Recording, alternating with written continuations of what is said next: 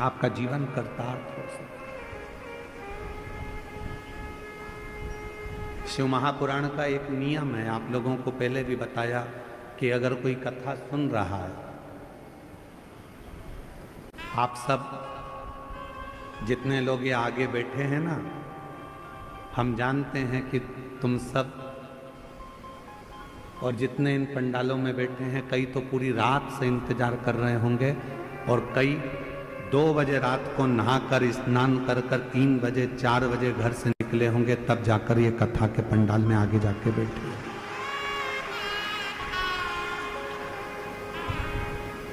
अब उसमें भी बेचारों ने जिन को कथा सुनना थी वो सब जगह संभाल कर बैठ गए, और ऊपर से मालूम पड़े कि कार्यकर्ताओं में से कोई तुम्हारे सामने आकर खड़ा हो जाए तो तुमको सबसे बड़ा दुश्मन वो ही लगता है।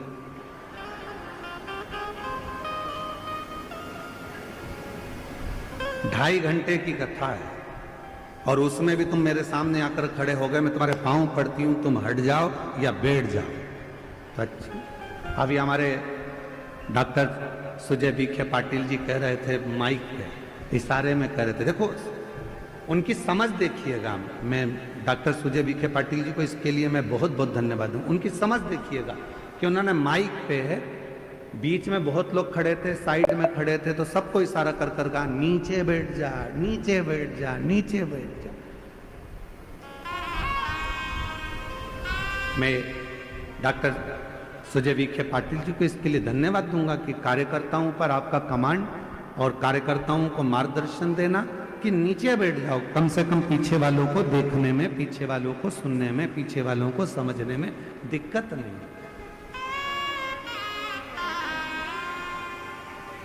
एक सही नेतृत्व करने वाले के जीवन में ये चीजें अगर रहती है तो वो निश्चित है शिव की कृपा से बहुत उच्च पद पर जाकर विराजमान हो। ये छोटे छोटे मार्गदर्शन, छोटे छोटे। क्यों खड़े हो? पीछे वालों को तकलीफ हो रही होगी तुम्हारे खड़े रहने से, बैठ जाओ। 2 घंटे की कथा है, खड़े रहना है तो तुम्हारी दुकान पे जाके खड़े हो जाना, थोड़ी देर बैठ जाओ। यहां तो कितना सुंदर कहा है, 3 जगह पर बैठने से कुछ ना कुछ लेकर ही जाते हो। पहला है अपने माँ बाप के पास बैठोगे, कुछ नहीं तो आशीर्वाद लेकर ही जाओगे। दूसरे नंबर पर परमात्मा के पास में या शिव की कथा में अगर कहीं बैठ गए तो कुछ ना कुछ लेकर ही जाओगे। और तीसरा, सतगुरु की शरणागति में गुरु के चरणों में जाकर बैठ गए तो कुछ नहीं तो ज्ञान या आशीर्वाद तो लेकर जाओगे ही, कुछ तो प्राप्त हो, कुछ तो मिले।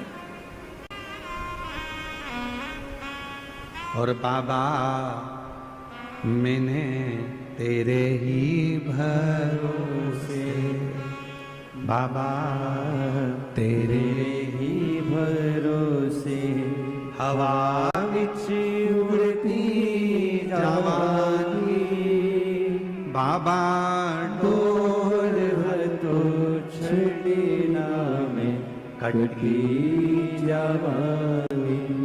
भोले मैं तेरी पतंग, शंभू मैं तेरी पतंग, हवा बिच उड़ती जावांगी, बाबा डोर तो छड़ना में कटती जावांगी।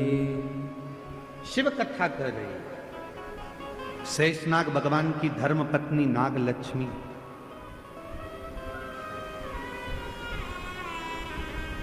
सबके हित का सोच रहे। लक्ष्मी किसको कहा जाता है?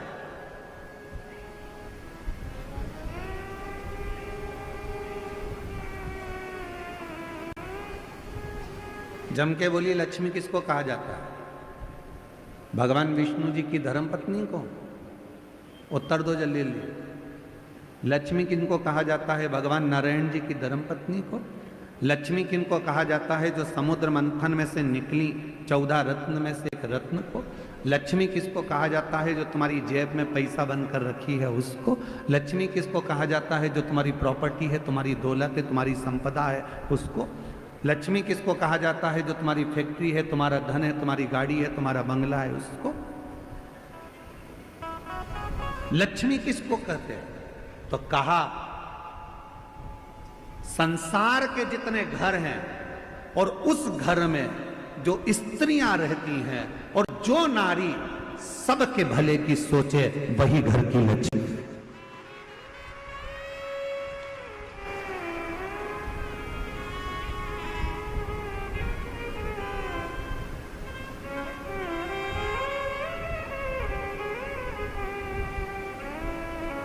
जो नारी सबके भले की सोचे, सबके हित की सोचे, वो लक्ष्मी।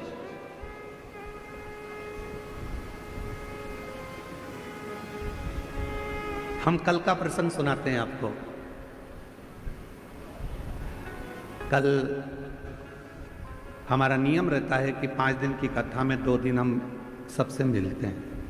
तो शाम के समय हम पाटिल जी के पुराने वाले घर पर जहां हम रुके हुए हैं, उस भवन में हम रुके हुए हैं। तो वहीं नीचे सुजय भैया बोले कि सबसे मिलना है। गुरुजी 7 से 7:30 का समय दिया। अब मिलने वाले लाइन से आते रहे, पर हमारे माननीय वी.के. पाटिल जी की धर्मपत्नी श्रीमती शालिनी ताई, वो उधर से गांव की जो महिलाएं होती हैं उनको जाओ जाओ प्रणाम कर लो। फिर उधर से कोई भाई थे, उनकी आंखें नहीं थी तो उनको लेके आ गई, जाओ प्रणाम कर लो। फिर उधर से कोई काम करने वाला भाई था, उसको लेके आ गए, उनको प्रणाम करवाया। तो जितने कार्यकर्ता खड़े थे उन्होंने कहा ताई पहले इनको करा देते हैं। तो ताई बोली नहीं नहीं, इनका बाद में करा लेना, पहले ये बेचारे बहुत देर से खड़े हैं, इनके लिए सोचो, इनको कराओ।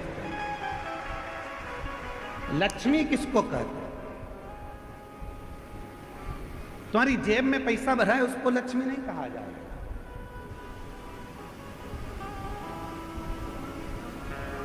लक्ष्मी का सबसे बड़ा उद्देश्य घर में जितनी नारियां हो, जिसके घर में जो स्त्री हो, और वो स्त्री यदि वो नारी सबके हित का सोचे तो समझ लेना वो घर की लक्ष्मी है, जो सबके लिए सोचे, सबके लिए। क्यों तुमने खाना खाया? क्यों तुमने पानी पिया? गाड़ी बाद में चलाना, चल पहले पानी पी ले, चल ये काम कर ले, तू ले थोड़ा सा कुछ खा ले, ले कुछ पा ले। ये लक्ष्मी का।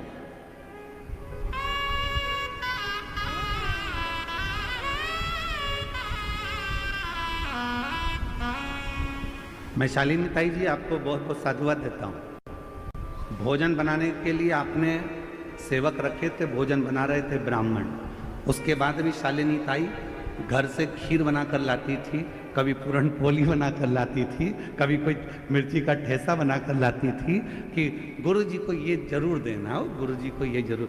इसको कहते हैं मातृत्व भाव में लक्ष्मी का। और मुझे उम्मीद है जितनी मेरी जीजियां कथा सुन रही हैं और जितने मेरे जीजा कथा सुन रहे हैं और जितने संपूर्ण देश विदेश में बैठकर सनातनी शिशु महापुराण की कथा को सुन रहे हैं, तुम्हारे भी घर में एक नारी ऐसी जरूर होगी जो सबके लिए सोचती होगी, वो घर की लक्ष्मी है, वो घर की लक्ष्मी।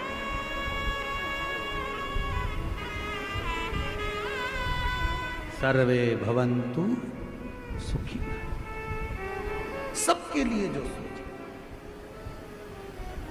सबके घर में एक स्त्री एक नारी, वो माँ हो, ताई हो, भाभी हो, काकी हो, बहन हो, बेटी हो, चाहे वो घर की बहू हो, चाहे वो घर की बेटी हो, कोई भी घर में कोई ना कोई एक नारी, घर में कोई ना कोई एक सदस्य ऐसा होता है जो सबके लिए सोचता है। समझ लेना कि तुम्हारे घर में अगर आज संपदा आ रही है, तुम्हारे घर में 4 चांद लगा है, तुम्हारे घर में अगर पैसा आ रहा है, तुम्हारे घर में वैभव आ रहा है, तो समझ लेना इसी लक्ष्मी के बल पर आ रहा है, जो किसी ना किसी रूप में सबका सोच, सर्वे भवन्तु सुखी,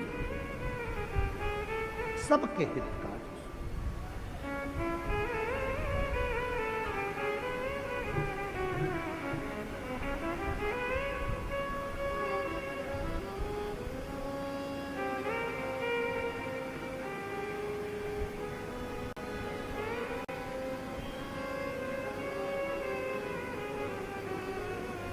शिव की अविरल भक्ति में, भगवान शंकर के भजन में, शंकर के स्मरण में जो डूब गया। नागलक्ष्मी, शेषनाग जी की धर्म पत्नी नागलक्ष्मी, उनके मन में आया कि सब कुछ असुरों ने आक्रमण कर कर ले लिया, घबराना नहीं। नागलक्ष्मी ने देवताओं से कहा कि तुम भी मत घबराओ, नागलक्ष्मी ने नागों से कहा तुम मत घबराओ, नागलक्ष्मी ने अप्सराओं से कहा कि तुम मत घबराओ, नागलक्ष्मी ने गंधर्वों से कह दिया कि मत घबराना, और नागलक्ष्मी ने पृथ्वी पर मनुष्य से कह दिया कि तुम्हें घबराने की जरूरत नहीं है, तुम एक काम करो, शिव की आराधना करो, शंकर की साधना करो। जो कोई नहीं दे सकता वो शिव दे सकता, जो कोई नहीं कर सकता वो शिव कर सकता। तुम्हारी जिंदगी का कितना भी कोई अड़चन वाला काम है, कितना भी अड़चन डला हुआ काम है, कितनी भी अड़चन आ रही हो उसमें, कितनी भी अड़चन, कितना भी अड़चन का काम क्यों ना हो, 5 दिन है तुम्हारे पास में, धनतेरस, रूप चौदस, दीपावली, पड़वा और दूज। क्यों हमारे सनातन धर्म में, क्यों हमारे हिंदू धर्म में दीपावली की इतनी महत्वता होती है?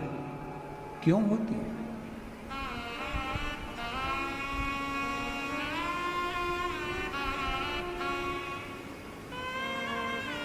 सारी सिद्धियां इन 5 दिन में व्यक्ति अगर कर लेता है तो उसके जीवन में बहुत कुछ फल प्राप्त हो जाता है। हम बहुत घंटों तक बैठकर साधना नहीं कर सकते, हम बहुत देर तक बैठकर तप नहीं कर सकते, हम बहुत लंबा यज्ञ नहीं कर सकते, हम बहुत लंबा अनुष्ठान नहीं कर सकते, पर यदि हमारे जीवन को हमें सफल बनाना है, हमारे जीवन को यदि हमें मंजिल तक पहुंचाना है, अड़चनों से बाहर निकलना है, तो ये 5 दिन जो दीपावली के कार्तिक महीने के मिले हैं, ये 5 दिन जो नाग लक्ष्मी ने सारे देवताओं से, सारे गंधर्वों से, सारी अप्सराओं से, सारे नागों से, सारे मनुष्यों से नाग लक्ष्मी ने जो करवाया वो तुम्हें करना। क्या करा था नाग लक्ष्मी ने? देख लिया था कि सारी सत्ता चली गई, वैभव चले गया, धन चले गया। जब बहुत अड़चन आकर खड़ी हो गई, असुरों ने आक्रमण कर कर सब कुछ ले लिया, कहीं राह नहीं मिल रही थी, तो नागलक्ष्मी ने कहा कि तप करने में बहुत समय हो जाएगा, साधना करने में बहुत समय हो जाएगा, यज्ञ करने में बहुत समय हो जाएगा, तो एक काम करो, शिव को अति प्रिय है बेलपत्र, एक बेलपत्र ले जाओ, शिव जी के शिवालय पर चढ़ाना प्रारंभ करो। शिवालय कहाँ ढूंढे? तो नागों ने नागलोक में जो नागेश्वर थे उन पर चढ़ाए। बैकुंठ में जो बैकुंठेश्वर थे देवताओं ने वहां चढ़ाए। ब्रह्मलोक में जो ब्रह्मेश्वर थे ब्रह्मेश्वर पर चढ़ाए।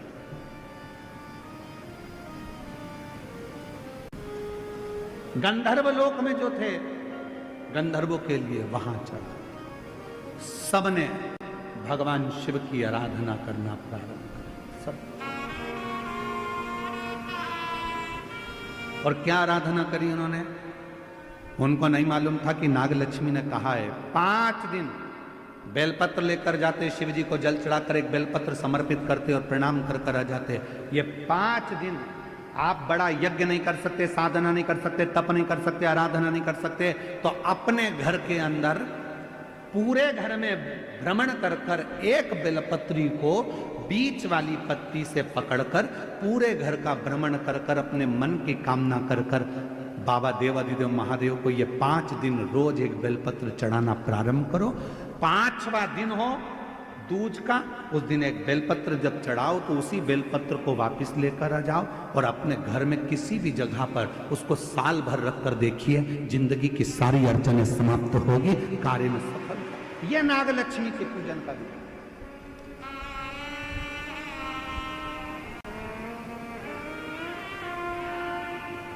सारी समस्या का हल एक लोटा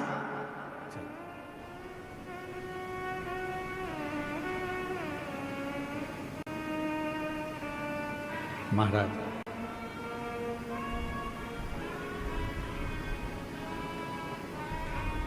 नागलक्ष्मी ने सबसे कहा कि साधना करो, भगवान शिव को रिझाओ। सब लग गए रिझाने में, कोई तप कर रहा है, कोई साधना कर रहा है, कोई यज्ञ कर रहा है, कोई अनुष्ठान कर रहा है, पर देवता भगवान शंकर राजी नहीं होते। भगवान शंकर तो बड़े निर्मल, भोले, सहज, ये सबसे दूर हैं। शिव जी तो कहते हैं मेरे को पाना है तो तुझे मेरे जैसा होना पड़ेगा, मैं भोला तू भोला।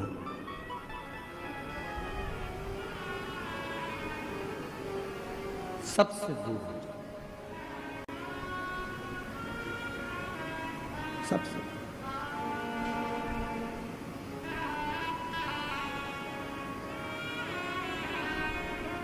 उससे संबंध ऐसे दयालु नाथ से रिश्ता बनाइए, ऐसे दयालु नाथ से रिश्ता बनाइए।